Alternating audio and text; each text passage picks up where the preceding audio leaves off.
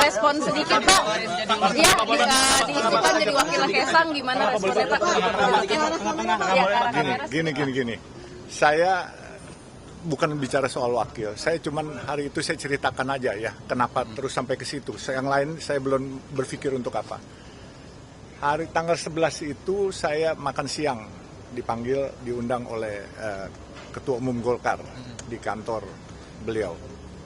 Terus saya ditanya, ini bagaimana ya Jakarta, kemacetan, banjir, terus apa sih kira-kira kamu kan pelaku infrastruktur.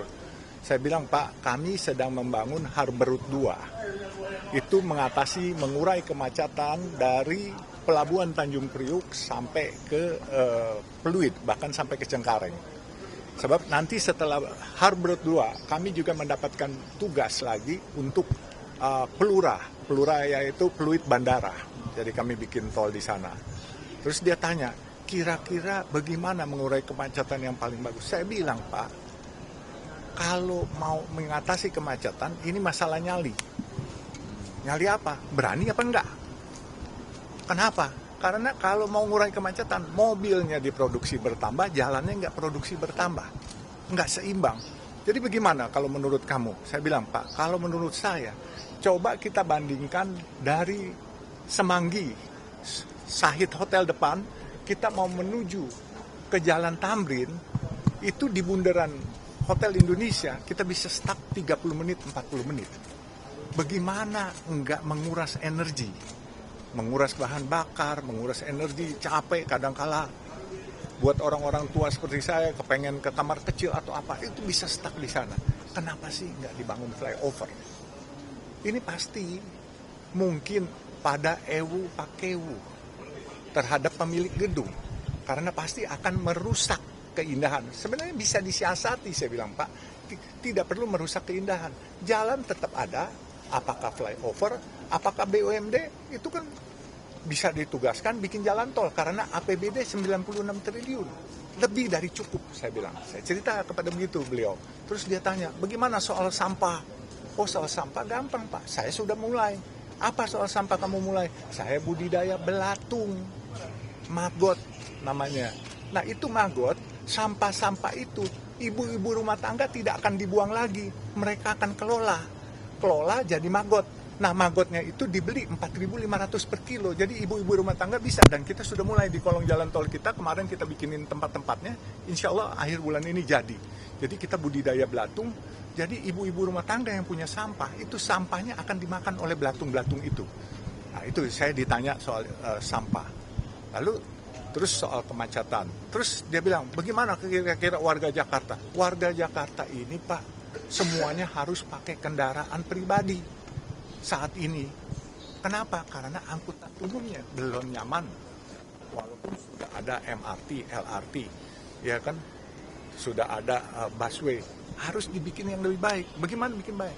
Pak, shelter-shelternya coba dibikin kayak tempat shelter bus. Pasti, Pak, orang-orang berdasi itu semua pada mau kok naik busway, naik MRT, naik apa semua. Nanti dibikin bus-bus itu. Warga Jakarta, kalau perlu APBD banyak, subsidi, transportasi gratis, kesehatan gratis, nggak ada lagi iuran BPJS, sekolah gratis. Ini kan warga kita, rakyat kita, saya bilang gitu. Cerita sampai segitu. Saya pulang, kan jam 1:30 saya udah pulang ke kantor. Tahu-tahu saya dapat telepon jam 2:30. Saya diminta datang ke DPP Golkar. Saya bilang, kenapa lagi, Pak? Ajudan yang telepon. Ya udah, saya bilang saya berangkat datang ke DPP Golkar. Jam 4 saya datang. Di sana sudah ada pengurus Golkar lengkap. Coba ceritain lagi konsep kamu ini. Saya ceritakan. Terus mereka rapat, saya nunggu di luar. Mendadak, Pak Yusuf ada baju kuning nggak? Kata ajudan.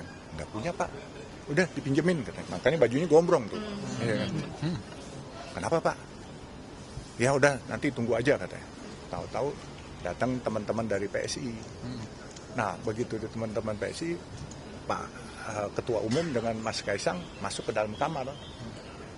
Berdua, terus saya tunggu di depan. Tahu-tahu sudah keluar memperkenalkan semua. Terus saya mendadak dipanggil. Terus, kamu ditunjuk untuk kalau Pak Kaisang mau, katanya ini wakilnya. Tunjuk apa Pak wakilnya? Oh, wakil gubernur, saya bilang. Saya cuma bisa bilang, ini nggak salah Pak, saya nggak punya logistik. Logistik saya bukan buat bagi-bagi rakyat. Saya bilang, wah, saya bilang ini udah perintah. Kata. Oh ya, saya bilang perintah saya tetap jalankan. Nah, kalau rakyat membutuhkan logistik sama saya nggak pernah menjanjikan logistik buat rakyat. Saya menjanjikan kesejahteraan kalian pasti akan lebih baik. Ya, sekolah gratis, ya kan. Insya Allah, makan pun saya sudah melakukan. Warung nasi kuning Baba Alun ini udah dari tahun 2018, dari Februari. Saya ditanya, konsepnya apa? Seluruh kelurahan saya bikin warung nasi kuning Baba Alun. Dan itu warung nasi kuning bukan saya kasih gratis. Saya kasih dengan harga 3.000. Daripada saudara-saudara kita makan 10.000 setiap hari, saya juga beli dari warung UMKM nasi kuningnya. Kami nggak pakai catering. UMKM kami berdayakan, kaum termarginal juga bisa kami bantu. Jadi win-win semuanya. Jadi kalau boleh bilang kaum termarginalkan, kaum duafa, fakir miskin, dia bisa makan dengan harga murah. Dan dia juga bisa ikut sedekah. Dengan dia punya 10.000, biasa dia makan 10.000 di warung setempat. Dia cukup keluar 3.000, kami yang subsidi 7.000. Bahkan di Cianjur kita beli cuma 7.000, kami subsidi cuma 4.000. Dengan kami jual 4.000. Kami jual 3.000. Jadi saya bilang, sederhana kok Pak. Rakyat Jakarta ini perlu transportasi gratis, sekolah gratis, kesehatan gratis. Karena buat mereka sekolah ini mahal sekarang.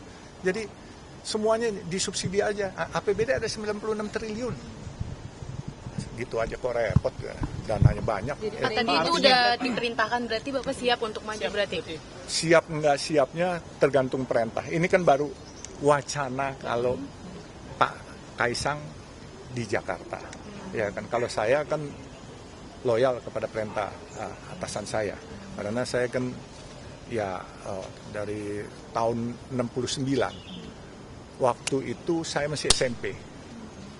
Waktu itu saya ikut kegiatan Pramuka. Pramuka itu dulu di Kuartir Nasional, Kuarnas Pramuka. Dan waktu itu underbow Golkar dulu semuanya. Jadi kami sudah lama memang dengan Golkar. Jadi udah nggak asing lah kami di Golkar. Bahkan boleh bilang saya di teman-teman Golkar saat ini masuk yang salah satu dari 10 yang paling senior lah, gitu, yang paling tua lah. Orang Jawa Barat bilang enggak sekolah katanya. Pak ini Bapak digadang-gadang menggantikan Ridwan Kamil. Ridwan Kamil nanti ke Jawa Barat, sementara Pak Yusuf Hamka ke Jakarta. Itu tanggapannya gimana Pak? Saya nggak tahu, saya perintah. Kalau saya diperintah ke Jawa Barat jadi wakilnya Pak Ridwan juga oke. Ya kan? Saya juga oke. Jadi kalau disuruh milih, bisa milih nih, membangun, saya kepengen bangun kampung saya, Kalimantan Timur. Ya kan?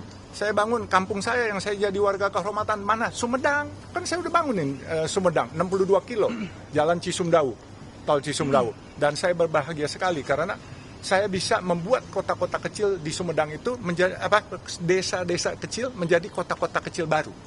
Sekarang coba Cimalaka, Pase, semua. Itu semua hidup dan mereka jadi daerah wisata. Itu aja hidup saya. Saya sebenarnya udah mau pensiun, tapi kemarin saya pas waktu ditugaskan begitu, saya telepon ke Wakil Ketua Umum PBNU, Habib Hilal, kebenaran saya masih pengurus NU. Saya bilang, Bib, ini mendadak ada beginian. Saya udah mau pensiun. Saya dimarahin malah sama Habib Hilal. Egois kamu. Egois kenapa, Bib? Saya bilang. Pensiun sendiri. Pensiun sama umat katanya. Sejahterakan umat, jangan sejahterakan diri sendiri. Siap, saya bilang. Udah terima katanya. Ya udah. Pak, tapi kalau dari segi kombinasinya Mas Kaisang dengan Pak Yusuf ini kan menarik, Pak. Bapak sendiri ketika misalnya memang tugas itu nanti muncul, melihat sosok Mas Kaisang ini bisa berkoordinasi dan bekerjasama. Saya nggak bisa menilai. Yang menilai pimpinan.